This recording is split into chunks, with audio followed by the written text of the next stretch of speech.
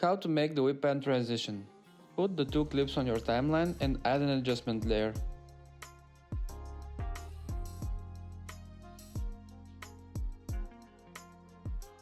On the adjustment layer, add the offset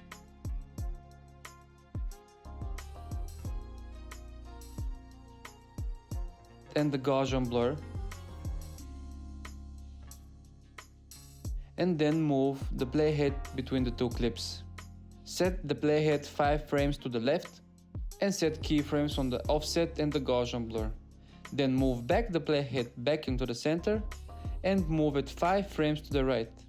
Again, set the keyframes on the offset and the Gaussian blur, but this time on the offset make these changes.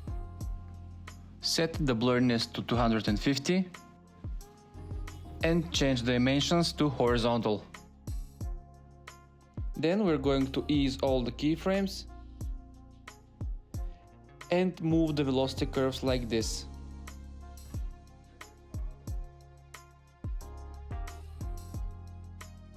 And there you have it.